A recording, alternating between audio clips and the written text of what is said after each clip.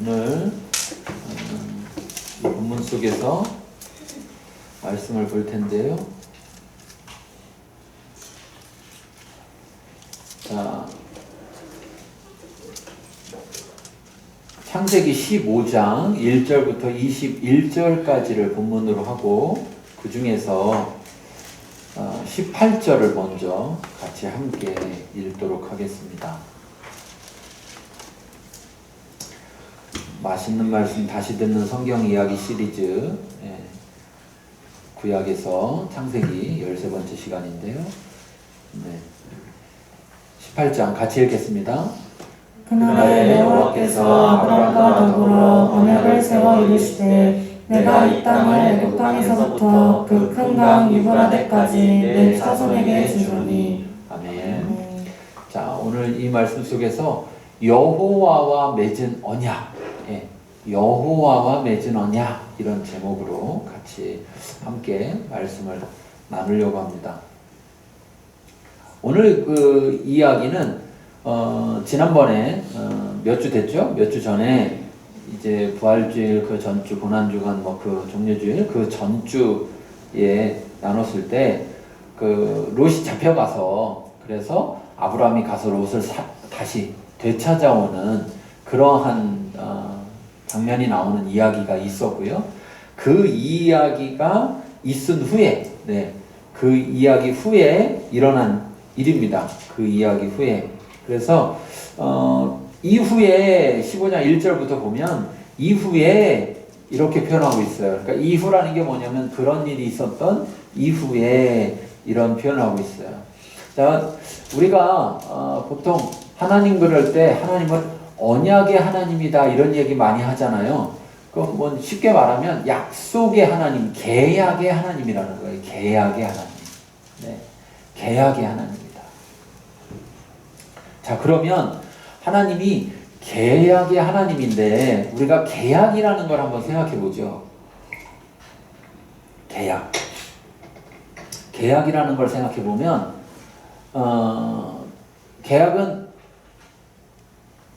혼자 하는 게 아니라 둘이 하는 거죠. 그 둘이라는 게 꼭 두 사람만이 아니라 어떤 집단끼리 할 수도 있고, 개인과 집단이 할 수도 있고, 뭐 어쨌든 계약을 맺는 최소한 둘이 있어서 이 둘 사이에 계약이라는 걸 맺어요. 그런데 여러분 한번 생각해 보세요. 계약을 맺는데 계약을 맺는 이유가 뭘까를 생각해 보는 거예요. 계약을 맺는 이유가 뭘까? 계약을 왜 맺죠? 우리가 한번 쉽게 생각해 보세요. 약속인데, 그냥 쉽게 말해서 약속인데, 그냥 약속을 했다라는 거와 우리가 계약을 했다 이렇게 하면 느낌이 다르죠? 그죠? 그럼 그냥 약속하면 되는데 왜 계약이라는 것을 할까? 우리가 여기 지금 우리 예배실이 임대잖아요. 여기 주인분이 계시고 우리가 여기 임대해서 사용하는데 한 달에 얼마씩 주겠다 뭐 이거를 그냥 약속하면 되는데 뭐를 해요? 계약을 하죠. 그래서 계약에다가 쭉 내용을 적어서 그렇게 해서 계약을 하는데, 그럼 생각해 보는 거예요. 그냥 약속만 해도 되는데 꼭 계약이라는 걸 할까? 그냥 약속 이런 느낌보다 계약 그러면 뭔가 좀 다른 느낌인데 무슨 차이가 있을까? 그냥 약속, 계약 그러면 여러분 어떤 게 더 무거운 느낌이 들어요? 약속과 계약 중에. 안 해봐서 몰라요? 우리가 보통 계약 그러면 보통 우리가 흔히 약속 그러면 어떤 법적인 것에 대한 것이 없는 그런 부분들을 보통 말할 때 그러고, 계약 그러면 보통 거기에 뭐가 따라가요? 법적인 것이 따라가요. 그러니까 법적인 것이 따라간다는 것은 다른 말로 하면 책임이라는 게 따라간다는 거죠. 그래서 약속이라는 것은 그냥 흔히 약속, 우리가 사람 사이에서 약속 이렇게 하면 그것을 약속을 어겼다고 해서 그 어긴 것에 대해서 어떤 책임을 반드시 물거나 그런 일들은 별로 없는 느낌이고, 계약 그러면 만약에 그 계약을 약속을 어겼다. 그러면 거기에 법적인 어떤 책임이 따라오는 그런 느낌이거든요. 자, 그런 면에서 생각해 볼 때 우리가 하나님과 우리 사이에 이제 언약이라는 성경적으로는 용어로는 언약이라는 용어를 사용하는데 그런데 하나님과 나와 계약을 맺었다는 거예요. 하나님과 나와. 그럼 여러분 생각해 보세요.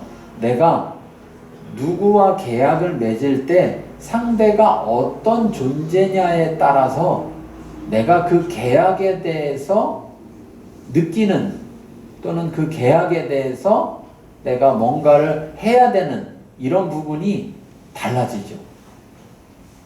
이런 부분이 달라져요. 흔히 말하면 자, 강자와 약자 이렇게 한번 흔히 생각을 해봅시다.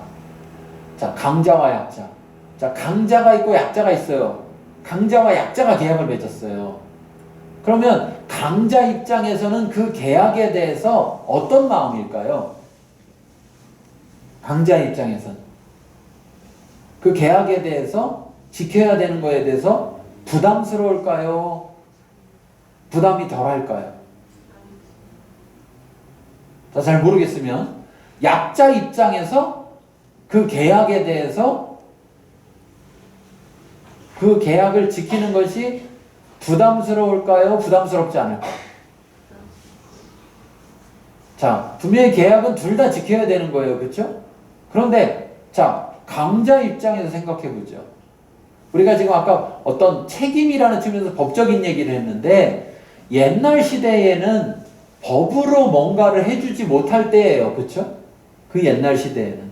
그러면 두 사람이 약속을 했어요. 그러면 어쨌든 오로지 두 사람이 그 약속을 지켜야 되고 거기에 대한 뭔가를 해결해야 되는 거예요. 그런데 자, 강자가 있고 약자가 있어요.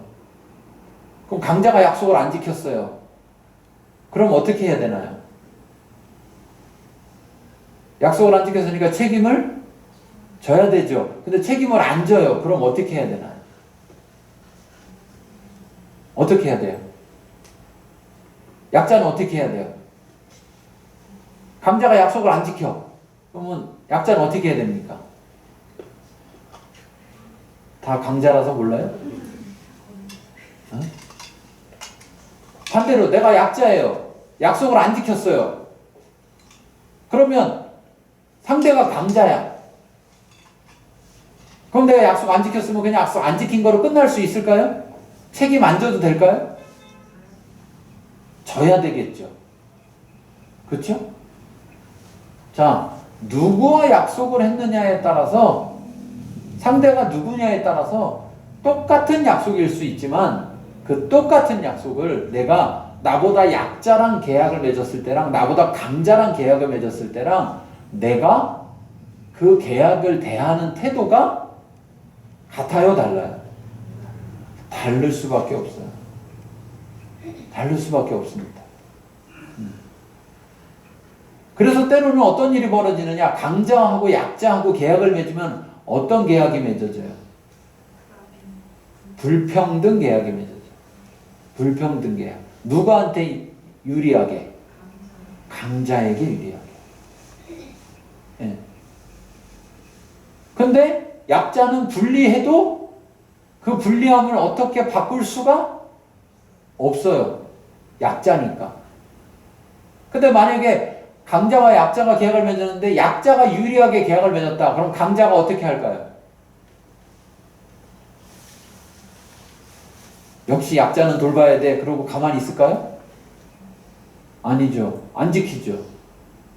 약속을 안 지키겠죠. 그 약속을 안 지키면 약자가 어떻게 할 거예요? 계약대로 해. 할 수 있는 건 그거밖에 없죠. 근데 강자가 못해. 그러면 어떻게 할 수 있어요? 아무것도 할 수가 없어요. 아무것도 할 수가 없어요.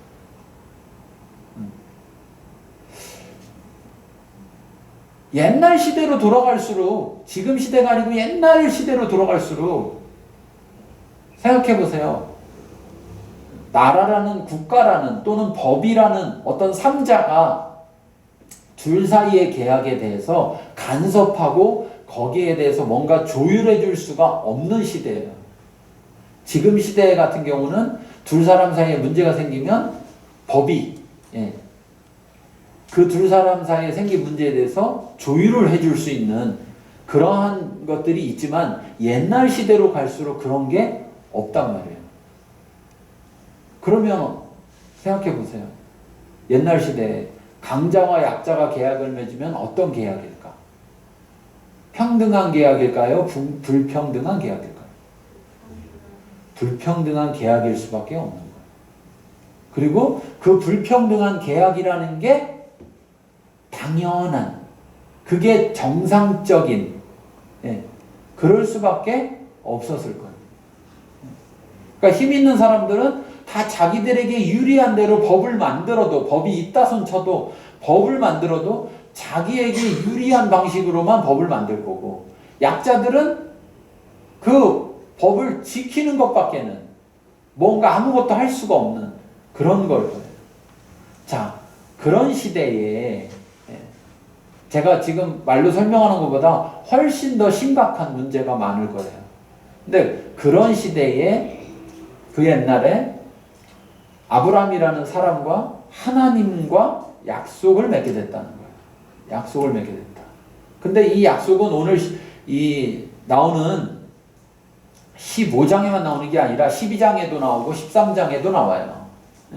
그러니까 지금 세 번째 거예요. 그런데 12장 제일 처음에 하나님이 아브라함을 부르실 때 그때 먼저 약속을 하세요. 그때. 그러니까 처음 아브라함이 하나님의 말씀을 따라서 가나안 땅으로 오게 된 것도 약속에 의한 거라는 거죠. 약속에 의한 거.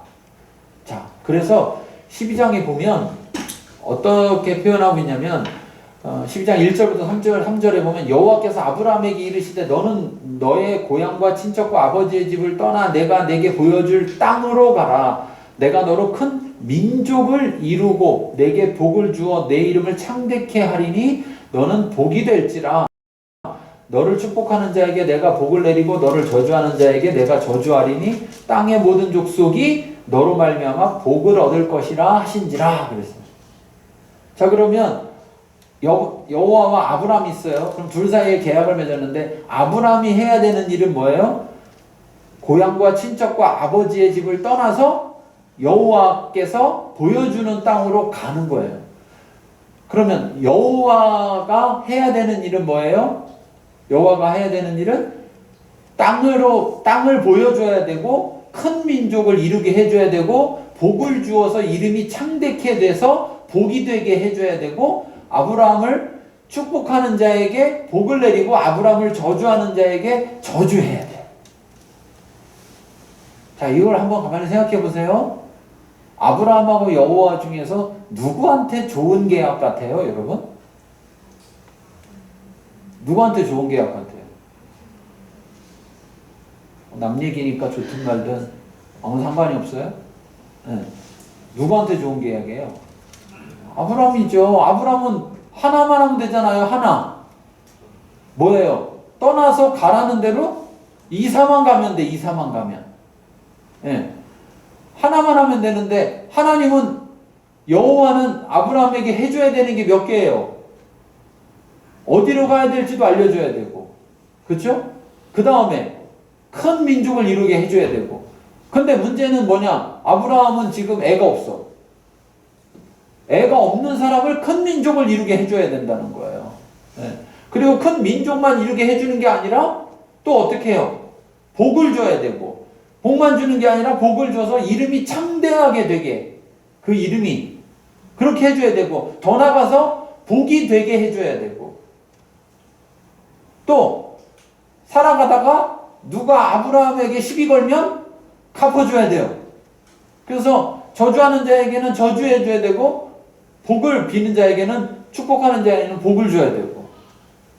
자, 누가 강자, 누가 약자예요? 아브라함과 하나님? 누가 강자, 누가 약자예요? 하나님이 강자예요. 여러분 생각해 보세요. 이 시대, 지금 이 계약이 지금 시대의 계약이 아니라는 거예요. 지금 시대의 계약도 이렇게 하면 무슨 계약이에요, 이거? 불평등 계약이라고 공정거래에 걸려요. 네. 지금 시대에도. 그런데 그 옛날, 네. 그냥 강자를 위해서 살아가야 되는 그런 세상에서 약자는 아무런 힘이 없이 그냥 강자들이 하는 대로 그냥 끌려가야 되는 그런 세상에서 어떤 강자 중에 강자, 가장 강력한 바로 이 시대에 신들이 있지만 신들 중에서도 진정한 신인 여호와 창조주 하나님과 아브라함이라는 사람과 계약을 맺는데 도대체 이 계약 내용이 말이 안 된다. 이 계약 내용. 13장에도 또 이 계약에 대한 내용이 나오는데 13장에 보면 13장 14절부터 17절에 보면 롯이 아브라함을 떠난 후에 여호와께서 아브라함에게 이르시되 너는 눈을 들어 너 있는 곳에서 북쪽과 남쪽 그리고 동쪽과 서쪽을 바라보라. 보이는 땅을 내가 너와 내 자손에게 주리니 영원히 이르리라. 주는데 땅을 주는데 그 땅이 어떻게 해요? 영원히 이르리라 이렇게 해요. 그러니까 자 보세요. 땅을 줬어요. 그러면 땅은 누구 거예요 이제? 아브라함의 거예요. 그쵸? 근데 그 땅을 자손 대대로 영원히 지키는 것은 아브라함 땅이니까 누가 해야 돼요? 아브라함이 해야 되죠. 근데 아브라함은 영원히 못 살아요. 그러면 생각해 보세요. 자손이 그 땅을 팔아먹을 수 있어요? 없어요? 있죠. 자손이 무능해서 그 땅을 다 빼앗길 수도 있죠. 그런데 여기 이렇게 말했어요. 영원히 이르리라. 그럼 하나님이 그냥 땅을 주는 것으로 끝나는 게 아니라 어떻게 해주겠다는 거예요? 아브라함 이후의 모든 자손 때에도 하나님이 계속해서 그들을 지켜주겠다는 거죠. 보호해주겠다는 거죠. 그러면서 내가 내 자손이 땅에 티끌 같게 하리라.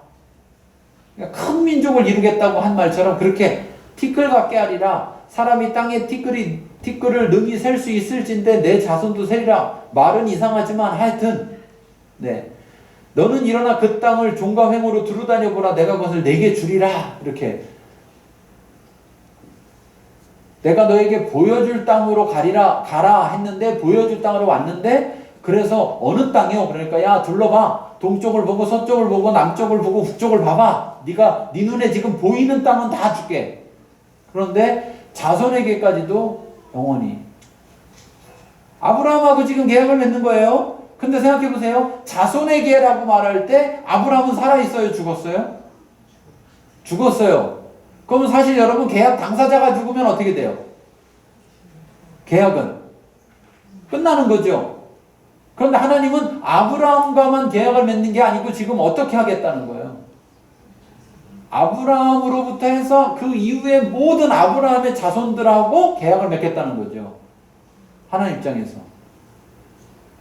근데 아까 12장으로 돌아가서 보면 아브라함이 이 계약을 위해서 하는 건 뭐예요? 아브라함이 이 계약을 위해서 하는 일은 뭐예요? 하나라고 그랬잖아요. 뭐예요? 자기가 있던 곳 떠나서 가라는 대로 가는 거예요. 아니 이런 불평등한 이 정도로 아주 심각하게 불평등한 계약이에요. 이 정도로 아주 심각하게 불평등한 계약. 그런데 놀라운 사실은 이게 약자가 요구한 게 아니고 누가 요구한 거예요? 강자가 요구했다는 사실이에요. 강자가 요구했다는 거예요. 하나님은 도대체 뭐가 그렇게 부족해서 아니 이 계약에 따르면 이걸 다 지켜주려면 하나님은 능력이 있어야 돼요. 아브라함은요? 아브라함은 얼마나 능력이 있을까요? 아브라함은 겨우, 아브라함의 능력이라고는 겨우 어떤 능력이 있느냐? 그냥 시키는 땅으로 이사 가는 것밖에 할 수 있는 그 정도 능력밖에 없어요. 그럼 도대체 하나님 입장에서는 뭐가 좋아서? 하나님 입장에서는 도대체 하나님 입장에서는 뭐가 그렇게 좋아서 이렇게 해줘야 되느냐라는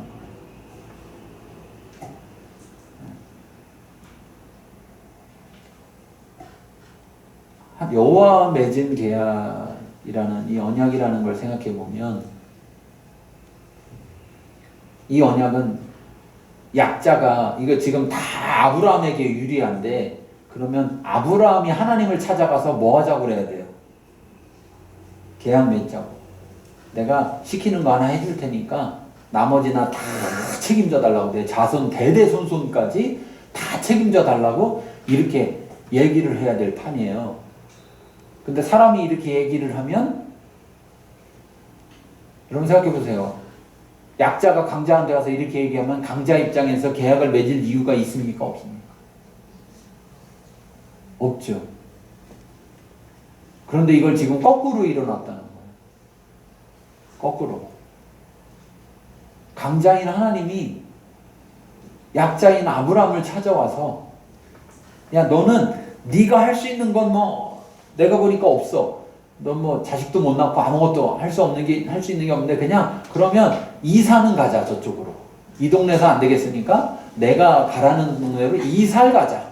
그럼 네가 이사만 가면 그러면 내가 어떻게 해주겠다? 나머지는 다 책임을 져주겠다. 너 없는 자식도 낳게 해주고 자식을 낳게 해주는데 그 자식의 내 자식으로 끝나는 게 아니라 네 자손들에 이르기까지 내가 아주 그냥 거대한 큰 민족을 이루게 해줄 거고 너 죽어도 네 이름이 계속해서 남아있게 사람들에게 그렇게 해줄 것이다. 그리고 내가 땅을 줄 거고 그 땅을 주면 네 자손 때까지도 그 땅이 계속 네 자손들의 땅이 되도록 해줄 거다. 그러니까 다시 말하면 내가 계속 지켜 보호해 줄 거다.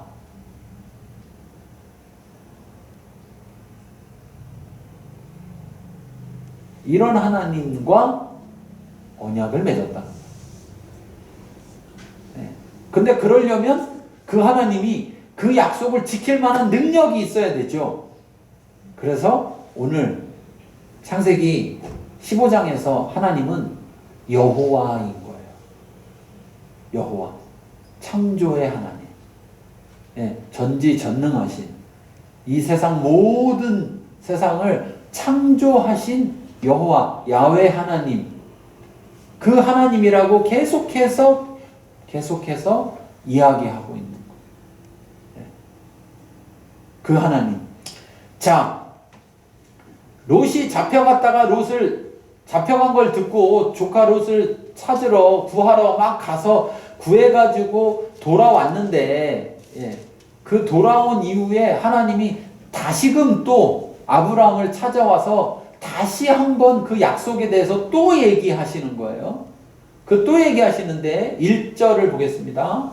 1절 15장 1절 여호와의 말씀이 환상 중에 아브라함에게 임하여 이르시되 아브라함아 두려워하지 말라. 나는 내 방패여 너의 지극히 큰 상급이니라. 이렇게 말씀하셨어요.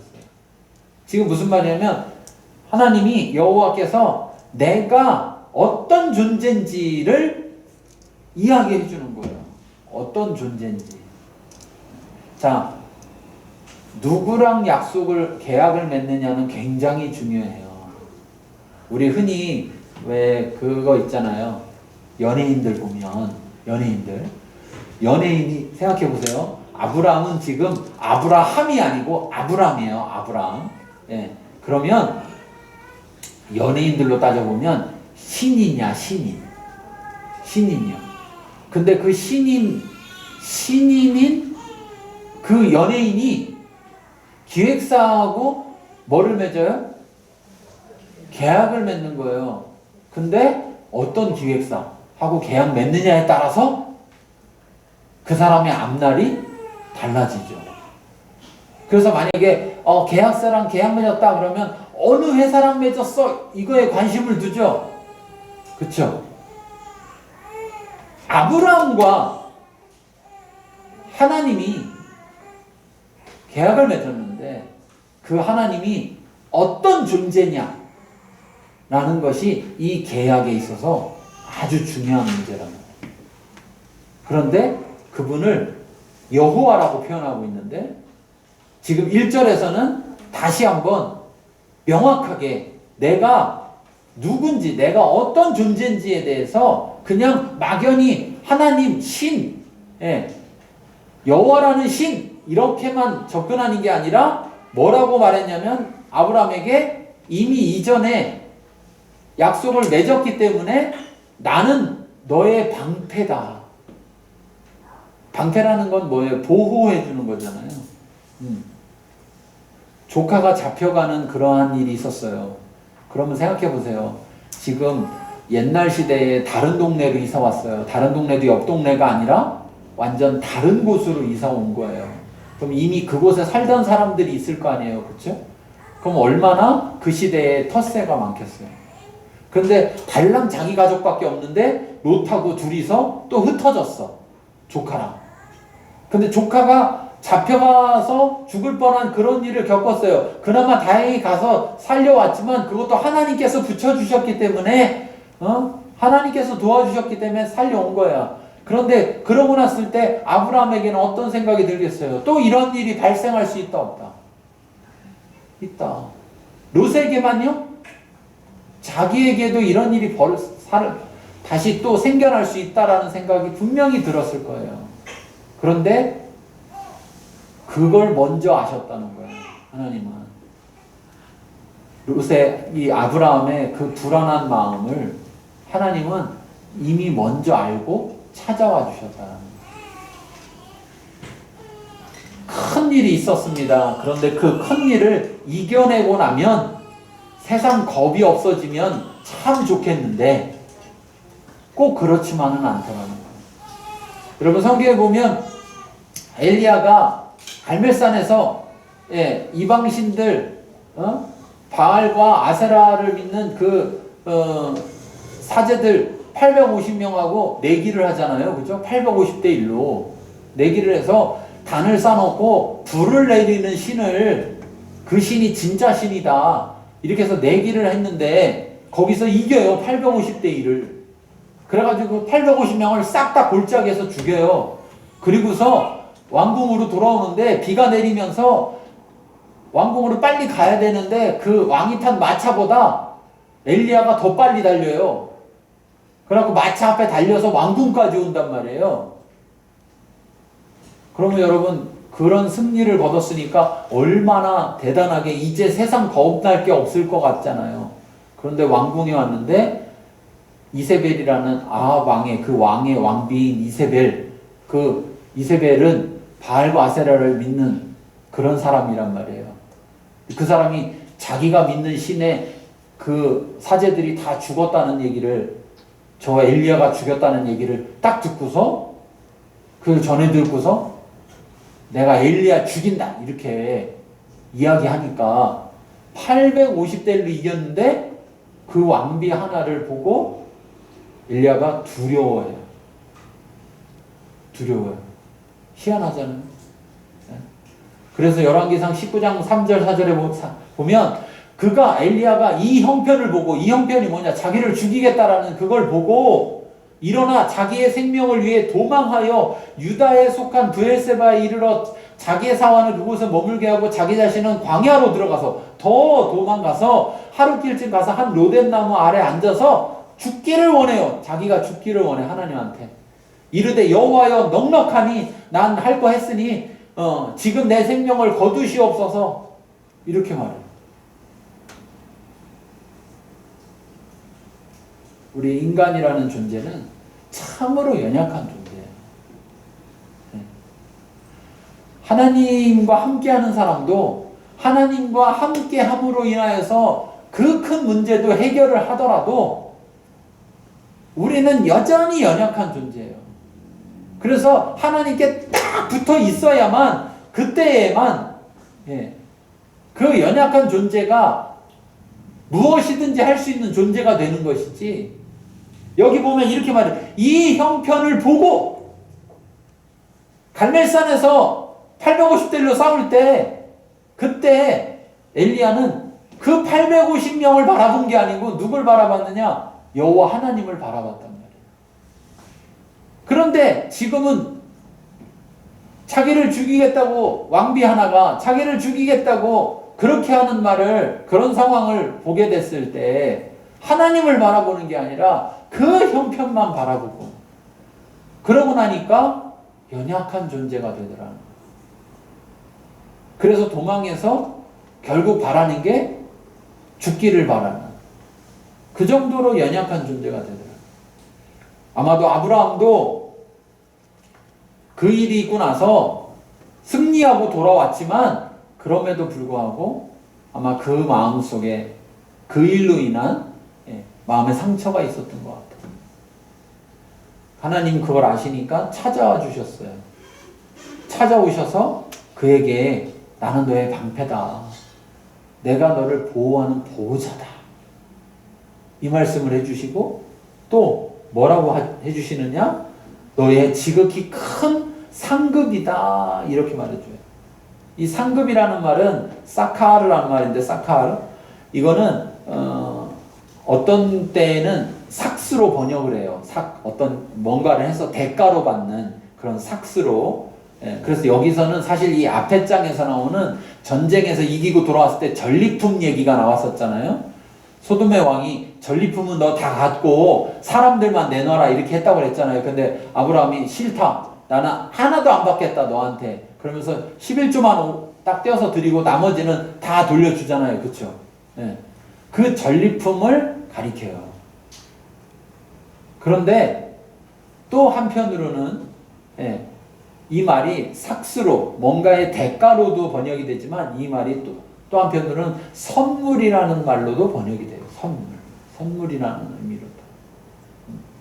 그러니까 여기서 하나님이 아브라함에게서 나는 너의 큰 상급이다. 이 말은 나는 너의 선물이다.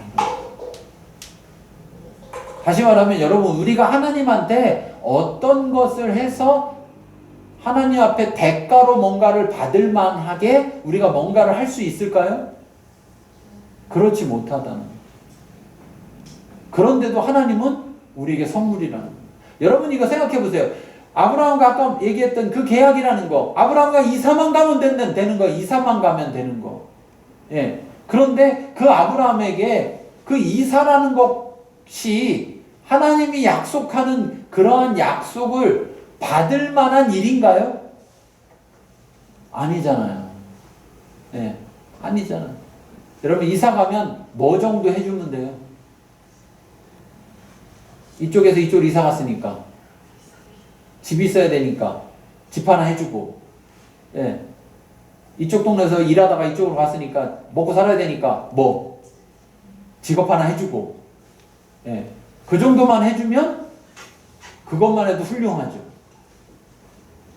그런데 대대손손 자손에 이르기까지 땅을 줄 것이고 그 땅이 자손에게까지 이를 것이고 자식도 없는 사람에게 자녀를 주는데 큰 민족을 이루게 할 것이고 이름이 대대손손 그 이름이 남아있어서 창대케 할 것이고 복을 주어서 복이 되게 할 것이고 다른 사람 사이에서도 늘 지켜주셔서 다른 사람이 축복하는 자에게 복을 주지만 저주하는 자에게는 저주하게 되는 그래서 그 누구도 아브라함을 함부로 저주할 수가 없는 오히려 축복하게 되는 그러한 그래서 방패가 되어주시고 정말 말 그대로 이것들을 선물로 주시는 그러한 존재가 바로 나다. 이렇게 하나님 아브라함에게 다시 한번 말씀하고 있습니다. 특별히 여기서 방패라고 하셨던 이 표현은 아마도 이 앞에 나왔던 이야기 14장에 나왔던 이 이야기 이걸 통해서 아브라함이 하나님을 온전히 방패로 그렇게 여기지 못하고 있었던 것 같다라는 생각이 들어요. 그러니까 하나님이 방패다 이렇게 이야기해 주시는 거예요. 자, 그랬더니 아브라함이 뭐라고 하느냐? 주 여호와여 라고 이렇게 불러요. 하나님처럼 여호와여 나의 주입니다. 이렇게 부르면서 그러면 무엇을 내게 주시려 하나이까? 나는 자식이 없사오니 나의 상속자는 이 다메섹 사람 엘리에셀이니이다. 예. 그렇게 말하면서 또 주께서 내게 씨를 주지 아니하셨으니 내 집에서 길린 자가 내 상속자가 될 것이니이다. 이렇게 말해요. 야, 이게요 지금 이거 가만히 잘 보세요. 여호와를 그냥 여호와여 이렇게 표현 안 하고 뭐라고 그랬어요? 주 여호와여. 그러니까 하나님을 나의 주인이십니다. 여호와여. 굉장히 높이는 것처럼 표현을 해놓고 뒤에 가서 까. 뒤에 가서는 아니 그래서 내게 주시려는 게 뭔데요? 예, 뭘 주시려고요? 그러면서 아니 지금 이게 아브라함이 12장에서 부르심 받아서 지금 이 15장 정도가 되면 적어도 최소한 한 10년 정도 지난 시점으로 봐요. 주석가들이 볼 때 10년 정도 지난 시점. 자, 처음에 불렀을 때 야 이사만 가면 내가 큰 민족을 이루게 하고 막 이렇게 했는데 자, 그때 부름 받을 때 75세였어요. 75세. 예. 이미 많아 나이가. 근데 애도 없어. 근데 지금 한 10년 지났어요. 나이가 들어갈수록 애가 생길 가능성은 높아져요, 낮아져요? 예, 여기는 뭐 낮아질 게 아니고 없어, 그냥. 예, 그런 상황인데, 그런데 10년이 지났는데도 아직 애는 주지도 않아 놓고, 예, 12장에서도 준다고 말했고, 13장에서도 준다고 말했고, 예, 지금도 찾아와서 내가 너에게 선물이다. 뭔 선물인데요, 도대체? 아브라함이. 예. 말은 공손하게 하는 것 같지만 뼈가 들어있어. 따지는 거죠, 지금. 그러면서 뭐라고 하냐. 주께서 나한테 씨를 주지 않아서, 자손을 주지 않아서, 내 상속자는 우리 집에 있는 저 종입니다, 종. 엘리에셀. 이 당시에 뭐 흔히 있었던 일이에요. 상속자가 없으면 똘똘한 사람 하나 골라가지고 상속자 삼아서 자기 죽으면 장례 치러주게 하고 뭐 이렇게 재산 주면서 이렇게 하는. 그러니까 어떻게 보면 하나님 앞에 투정하는 거죠. 저는 여기에서 뭘 느꼈냐면 아브라함과 하나님의 사이가 아브라함과 하나님과 사이가 참 처음에 비해서 지금 이 10년이라는 시간이 지나면서 가까워졌구나 이런 생각. 아니 감히 여호와한테 생각해보세요. 뭐 준다고 그랬으면 주겠지 하고 기다려야 되는 판인데 지금 따지고 있는 거라고. 상급이시라고요? 선물이라고요? 어? 나한테 뭐 준다고요? 그래서 준 게 뭔데요 지금? 말로만 했지. 지금까지 다 말로만 했지. 어? 뭐 봐라 저 땅을 주겠다 뭐 말로만 했지. 그래서 진짜 준 게 뭐냐고요. 준 게 뭐냐. 여러분 하나님한테 이렇게 따져봤어요? 예? 근데 이런 느낌이 드는 거예요. 하나님을 원망하는 느낌이 아니라 원망과 다르죠. 원망과. 예. 어떻게 보면 하나님 도대체 약속의 하나님이신데 언약의 하나님이신데 왜 약속을 이행을 안 합니까? 라고 이건 언약에 근거해서 요구하는 거예요. 그냥 자기가 뭐 하나님 앞에 이것 좀 주세요라고 기도했는데 안 줬어. 그래서 왜 안 주세요 하고 원망하는 게 아니라 하나님이 주겠다 뭐 이런 얘기도 없었는데 그냥 자기 혼자 기도해놓고 그래놓고 왜 안 주냐고 막 원망하고 그런 태도가 아니라 계약에 근거해서 이제 나이가 더 들어갔는데 이제 내가 나이가 더 들었는데 10년이나 더 살았는데 아직까지도 큰 민족 이루시게 하겠다고 하더니 씨를 안 줘가지고 씨들도 아니고 씨를 안 줘가지고 제가 그냥 결정했습니다. 그냥 우리 집의 종을 내 상속자로 내 후계자로 삼기로 그렇게 결정했습니다. 저는 그렇게 결정했습니다. 언약에 근거해서 이렇게 투정하고 있는, 따지고 있는 야, 많이 가까워졌구나. 또, 아브라함이 언약을 알고 있기는 알고 있구나. 기억하고 있구나. 4절에 그러니까 여호와께서 대답하십니다. 그에게 임하여 이르시되 그 사람이 네 상속자가 아니야. 내 몸에서 날 자가 내 상속자가 될 거야. 라고 하시고 그를 이끌고 밖으로 나가서 야 네가 말로만 하니까 자꾸 내가 뻥치는 것 같아? 자 따라와봐. 그래갖고 밖으로 나가서 하늘의 별을 보면서 야 저 별 셀 수 있나 봐봐. 그러면서 내 자손이 이와 같을 거야. 이렇게 많을 거야. 이렇게 얘기해 줬습니다. 보여줬어요. 자식을 보여주진 않았어요. 단지 네 자식이 이렇게 될 거야 라고 보여줬어요. 이만큼이 될 거야. 자 그랬더니 중요한 말이 나옵니다. 6절 같이 읽겠습니다. 아브라함이 여호와를 믿으니 믿으니 여호와께서 이를 그의 의로 여기시고 여기시고. 이제 여러분 이 계약에 있어서 아브라함이 할 거는 있어요 없어요? 없어요. 아브라함이 할 건 없어요. 왜? 아브라함은 뭐 했으니까 이미 이사했으니까 아브라함이 할 건 없어요. 그쵸? 이제 다 누구만 남은 거예요? 하나님만 남아요. 근데 누가 강자? 하나님이 강자. 하나님이 안 해도 강자가 안 해도 약자가 어떻게 할 수가 없는 상황. 그렇지만 해주겠다고 말은 자꾸 하는 상황. 여기에서 약자에게 필요한 건 뭘까? 아브라함에게 필요한 건 그 강자가 그 여호와께서 하시는 말씀을 그 말하는 그분을 믿는 것밖에는 없어요. 믿는 것밖에 없어요.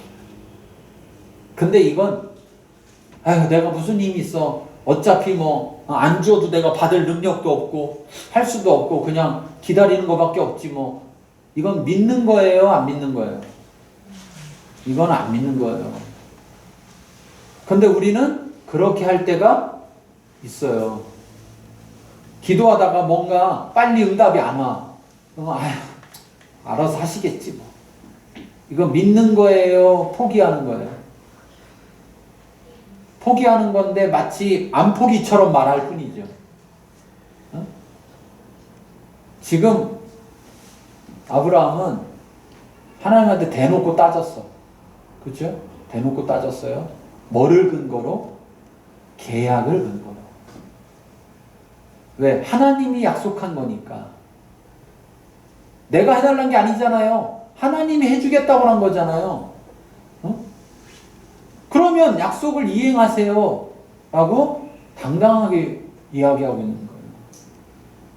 자, 근데 하나님이 당장 뭘 어떻게 해준 게 아니라 다시금 말씀으로 약속을 하셨어요. 보여주면서. 그때 아브라함이 믿었다는 거예요. 믿었다. 그랬더니 하나님이 이것을 의로 여겼다.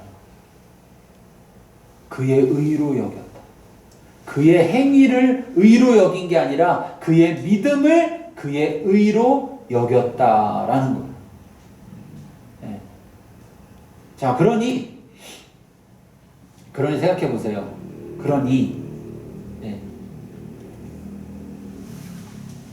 이 계약이 유지되기 위해서는 뭐가 필요한 거예요? 믿음이 필요한 거죠.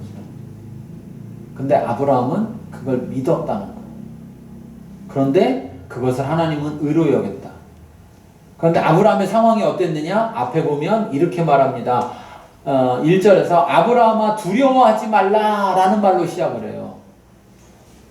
그러니까 아브라함은 어떤 마음이 있다는 거예요? 두려운 마음이 있다는 거예요. 그걸 하나님은 아신 거예요.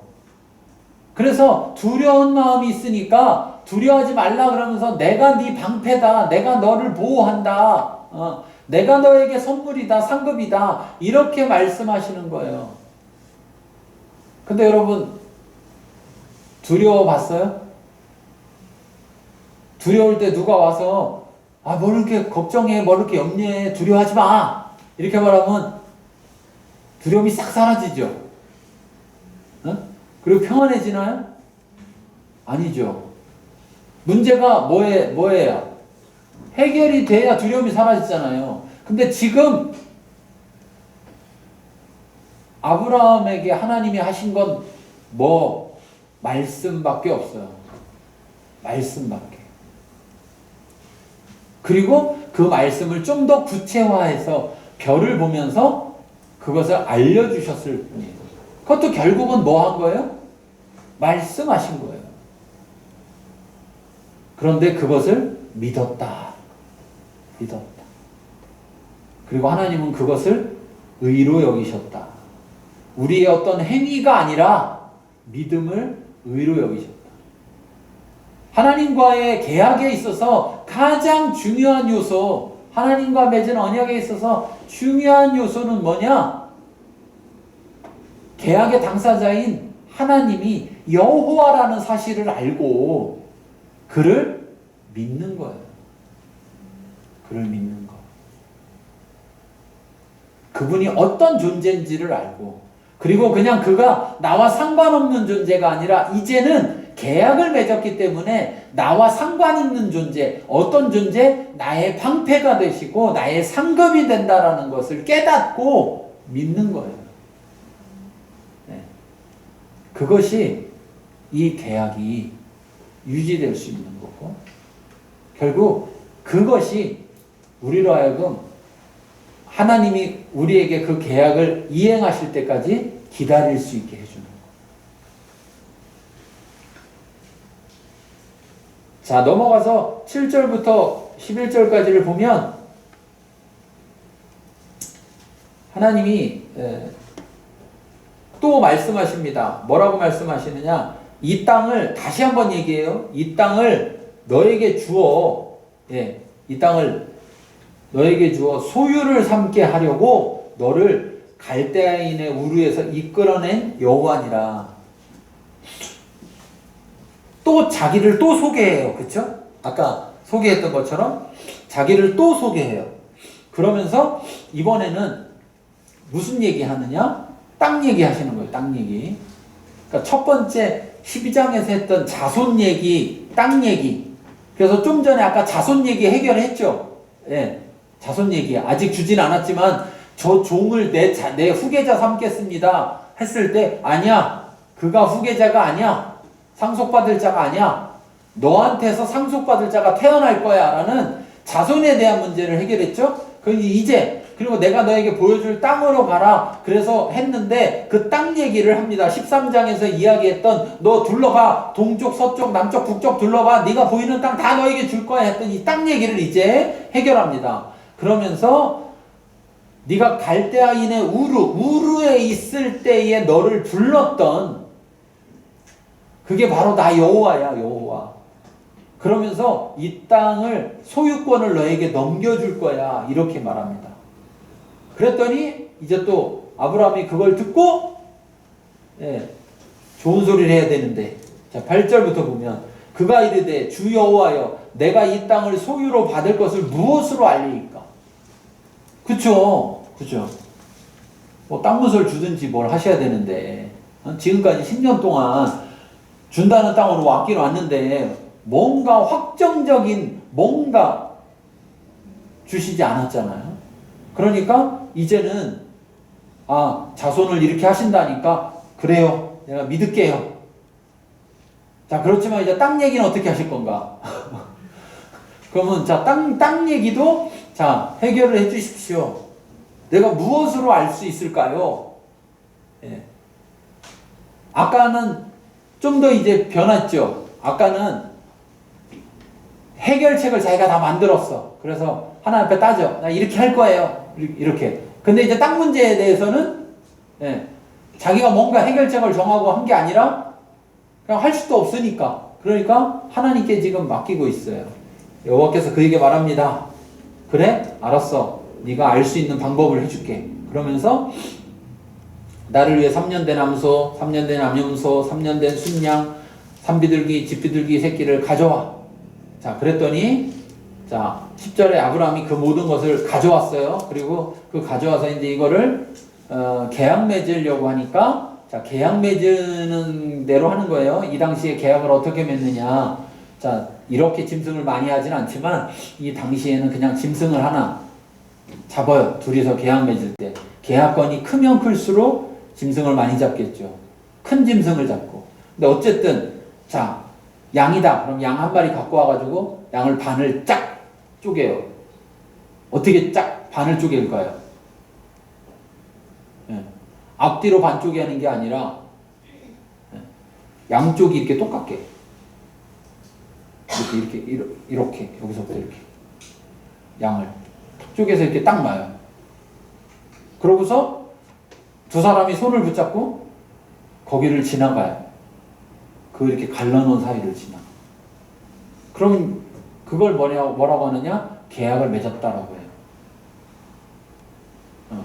계약을 맺는다라는 단어를 베리트라는 단어로 언약을 맺다 이 단어로 뭐냐면 자르다라는 의미를 가지고 있어요. 왜? 계약 맺을 때 잘랐으니까. 그럼 이렇게 지나갔잖아요. 그러면 이제 뭐가 되느냐? 너 약속 잘 지켜. 약속 안 지키면 어떻게 해요? 약속 안 지키면 상상력들이 부족하시네. 이거 쪼개놨다니까요. 여기 지나갔다니까요. 너 약속 안 지키면 너도 저렇게 되는 거야. 너도 저렇게 되는 거야. 그래서 피 흘림을 통해서 약속을 맺어서 그 약속이 지키지 않을 때 피를 흘리게 된다. 나는 그래서 그걸 알기 때문에 야 준비해 그랬더니 막 신나게 준비해서 이미 딱 해놨어요. 해놓고 났더니 짐승 잡아놓으니까 이 솔개가 와서 자꾸 막 그 짐승 죽은 거를 먹으려고 아브라함이 막 열심히 쫓습니다. 열심히 쫓아요. 자, 그랬더니 12장부터 보세요. 12장 해질 때 아브라함에게 깊은 잠이 임하고 그리고 큰 흑암과 두려움이 그에게 임하였다. 자, 여호와께서 아브라함에게 이르시되 자, 지금 잠속에서 이야기하는 거예요. 잠속에서. 그러니까 하나님이 잠들게 하신 거예요. 그리고서 그 속에서 자, 아브라함에게 이르시되 너는 반드시 알아라. 뭘 아느냐? 이제 자손들에 대한 이야기를 해줍니다. 자손들에 대한 이야기. 너는 내 자손이 이방에서 객이 되어 그들을 섬기고 그들은 400년 동안 내 자손을 괴롭힐 것이고 그들이 섬기는 나라를 내가 징벌할지며 그 후에 내 자손이 큰 재물을 이끌고 나오리라. 너는 장수하다가 평안히 조상에게로 돌아갈 장사될 것이고 내 자손은 4대 만에 이 땅으로 돌아오리니 이는 아모리 족속의 죄악이 아직 가득 차지 아니니라 하시더니 라고 말했어요. 자, 아브라함과 맺은 계약은 하나님의 계약은 아브라함 시대에만 해당하는 게 아니라 자손의 시대까지 해당하는 거라고 그랬죠. 그렇죠? 근데 우리도 생각해봐요. 나 죽은 다음에 하나님이 어떻게 할지를 어떻게 아브라함 입장에서 보면 근데 하나님이 이미 먼저 자손에 대한 얘기를 하는 거예요. 그러면서 너 자손한테 이런 일이 일어날 건데 내가 그 자손들한테 이렇게 해줄 거야까지 얘기해 주는 거예요. 그리고 너는 내가 너를 방패, 너를 보호하니까 너는 평안히 조상에게 돌아갈 거야. 너는 평안하게 죽을 거야. 라는 걸 이야기해 주는 거예요. 아브라함으로 인하여서 어떤 마음이 들어요? 하나님이 약속하신 그 약속을 지금만이 아니라 앞으로도 계속해서 지키시겠구나. 라는 것에 대해서 이야기해 줍니다. 자, 그러고 나더니 해가 져서 어두울 때 연기나는 화로는 뭐예요? 하나님의 임재를 상징하겠죠? 그러면서 그 화로가 보이면서 타는 횃불이 그 화로에 불이 막 불타는데 쪼갠 고개 사이로 지나가더라. 고기 사이로. 자, 고기를 쪼개놓고 계약을 맺을 때 거기 계약 당사자 둘이 다 지나가야 되는데 뭐만 지나가요? 하나님만 지나간. 하나님만. 아까 얘기했죠. 둘이 지나간 다음에 거기를 싹 지나간 다음에 그 뒤에를 싹 쳐다보면서 서로 얼굴을 싹 쳐다보는 거예요. 그건 뭐예요? 어? 약속 잘 지켜. 약속 안 지키면 저렇게 되는 거야.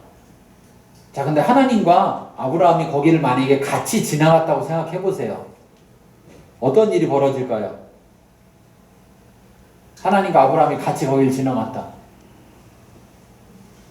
어떤 일 벌어져요? 응? 아무 일도 안 벌어질 것 같아요? 여러분이 거기를 하나님과 같이 지나갔다. 어떤 일이 벌어질 것 같아요? 네. 거길 가고 나면 이제 인생 끝나는 거죠. 왜? 내가 그 계약을 다 지켜야 되잖아. 그쵸? 내가 계약을 다 지켜야 돼. 둘이 다. 그런데 이거는 하나님만 지키겠다는 거죠. 하나님만. 근데 가만히 생각해 보세요. 뭐가 있었어요? 이사를 했죠. 아브라함한테 요구한 건 했어요, 안 했어요? 이미 했어. 앞으로 의무는 누구만 남았어요? 하나님만 남았어요. 그러니까 하나님이 내가 앞으로 너에게 약속한 모든 것을 이행하겠다는 거에 대해서 가장 확실하게 보여주는 거죠. 뭐야? 하나님이 뭘 걸고 내가 약속을 지키겠다. 하나님의 생명을 걸고 내가 약속 안 지키면 나도 저렇게 죽을게. 라는 모습을 아브라함에게 보여주셨다는 거예요. 아브라함.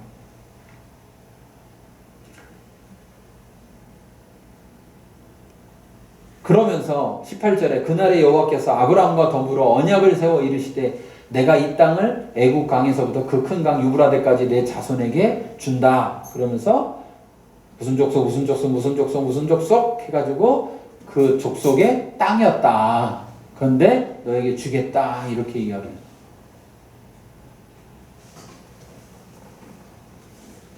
아브라함이 계약을 맺은 당사자는 하나님, 여호와.